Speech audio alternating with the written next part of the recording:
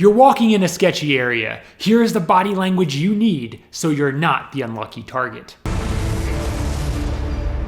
Welcome back to the channel, Shakers. Derek Van Shake here. This is an important video to help keep you and your family and friends safe. Here's the situation. You find yourself walking in a sketchy area. Maybe it's a bad part of town, maybe it's a parking garage, or maybe it's a good part of town, but just fewer people are around. Regardless, you feel the chances of getting mugged or worse is higher. Locator apps on your phone and telling people where you are all great, but we want to prevent an attack from even happening in the first place. Also, a lot of times, we're not prepared when we enter a sketchy area. You may enter a dimly lit parking garage, or happen to walk down a sketchy street. So here's the body language you can quickly and easily do every time you enter a potentially dangerous area to reduce the chances that you will be targeted and attacked.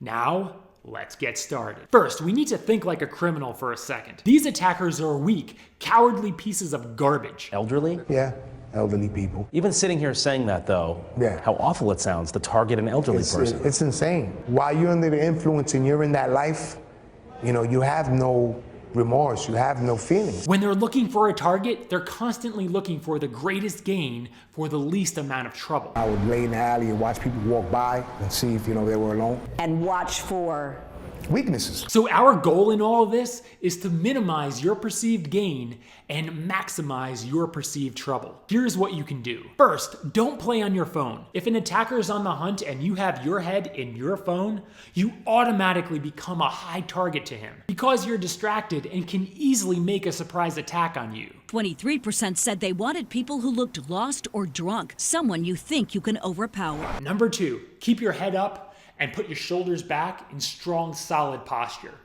Give that a try right now. Yes, this is strong, confident body language. It not only attracts good people to you, it also helps to repel attackers because he wants to go after someone who seems easy and not someone who seems strong-minded and may cause a scene. You would want a weaker person, a person that's gonna give you the least resistance. Number 3, slowly and confidently take in your surroundings as you walk. Yes, you will come across as stronger and more confident, but you will be able to spot an attacker sooner, making him feel like you just spoiled his surprise attack. Although if you do spot a potential attacker, staring him down or looking at him too long may challenge him to actually go for it. So don't look at him long at all and don't sideways glance him.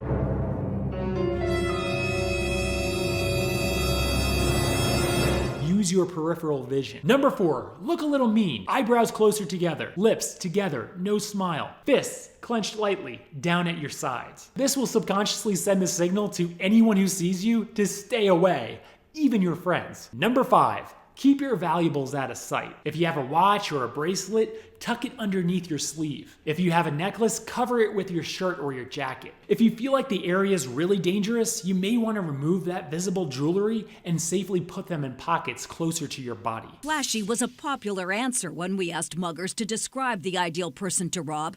They're clearly looking at your clothes, valuables, even your shoes. They wore like shaggy clothing, like gym clothes or a gym bag. I wouldn't bother. Number 6, hold your bag closer to your body. Don't dangle it off of your elbow so anyone can quickly just grab it off your arm and run. Number 7, hold something in your fist that could be dangerous to an attacker, but that's also legal. If you have mace, hold it in a clenched fist. Mace is a great thing. Have you been sprayed with mace? Absolutely. You need to have that mace in your hand. The mace is not gonna deter me while it's in your purse. It's gonna deter me while it's in your hand. Or what I do is hold a sharp key so it points out of my knuckle, like this.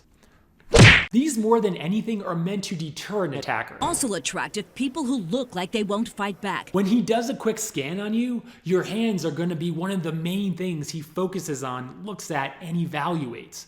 Because your hands are what could stop him and even hurt him. About 2/3 of muggers said they followed people before attacking. Whether you choose to fight back or not and under what circumstances, that's up to you. But just remember, things can be replaced. you can't. So a struggle doesn't deter you. No, absolutely. Actually, it might even make a person angry. You're not trying to hurt somebody, but you would. Absolutely. 70% said they carried a weapon at least sometimes. Number 8, if you're asked for the time, Repeatedly on these surveys, muggers wrote down some version of this 5-word phrase. Do you have the time? directions, or anything that seems a little odd, especially by someone you don't know in a sketchy area. Don't divert your eyes, don't acknowledge him, just keep walking. They use words to distract them. Give some of them directions, then I robbed them. Carry things for them. Told them a stranger was following them home, then I walked them home. Those words written by David Solano. The possible attacker is trying to stop you, preoccupy you, and then attack you. You have the time, ma'am? At the moment that you're looking down at your time, you're at ease.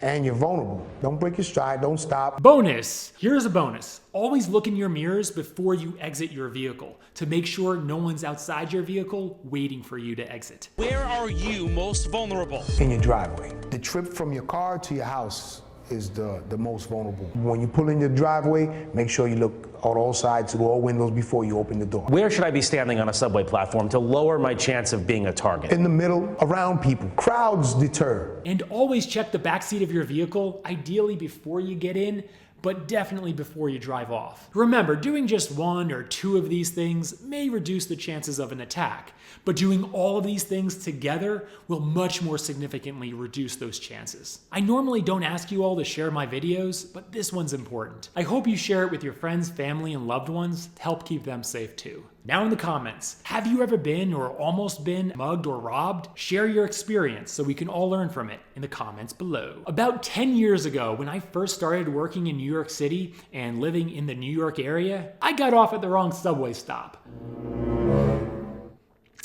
I was walking in Alphabet City, late at night, all alone. The situation got very dangerous and I was seconds away from getting attacked. But literally, my body language prevented the attack. I'll be sharing that story with you on my vlog channel, so remember to subscribe to that channel, to my vlog channel, so you don't miss out on that video, as well as keeping up with my other real-life vlogging adventures. Remember to subscribe so you don't miss out on new body language and investigative videos where we always seem to shake up YouTube, and I'll see you at the top.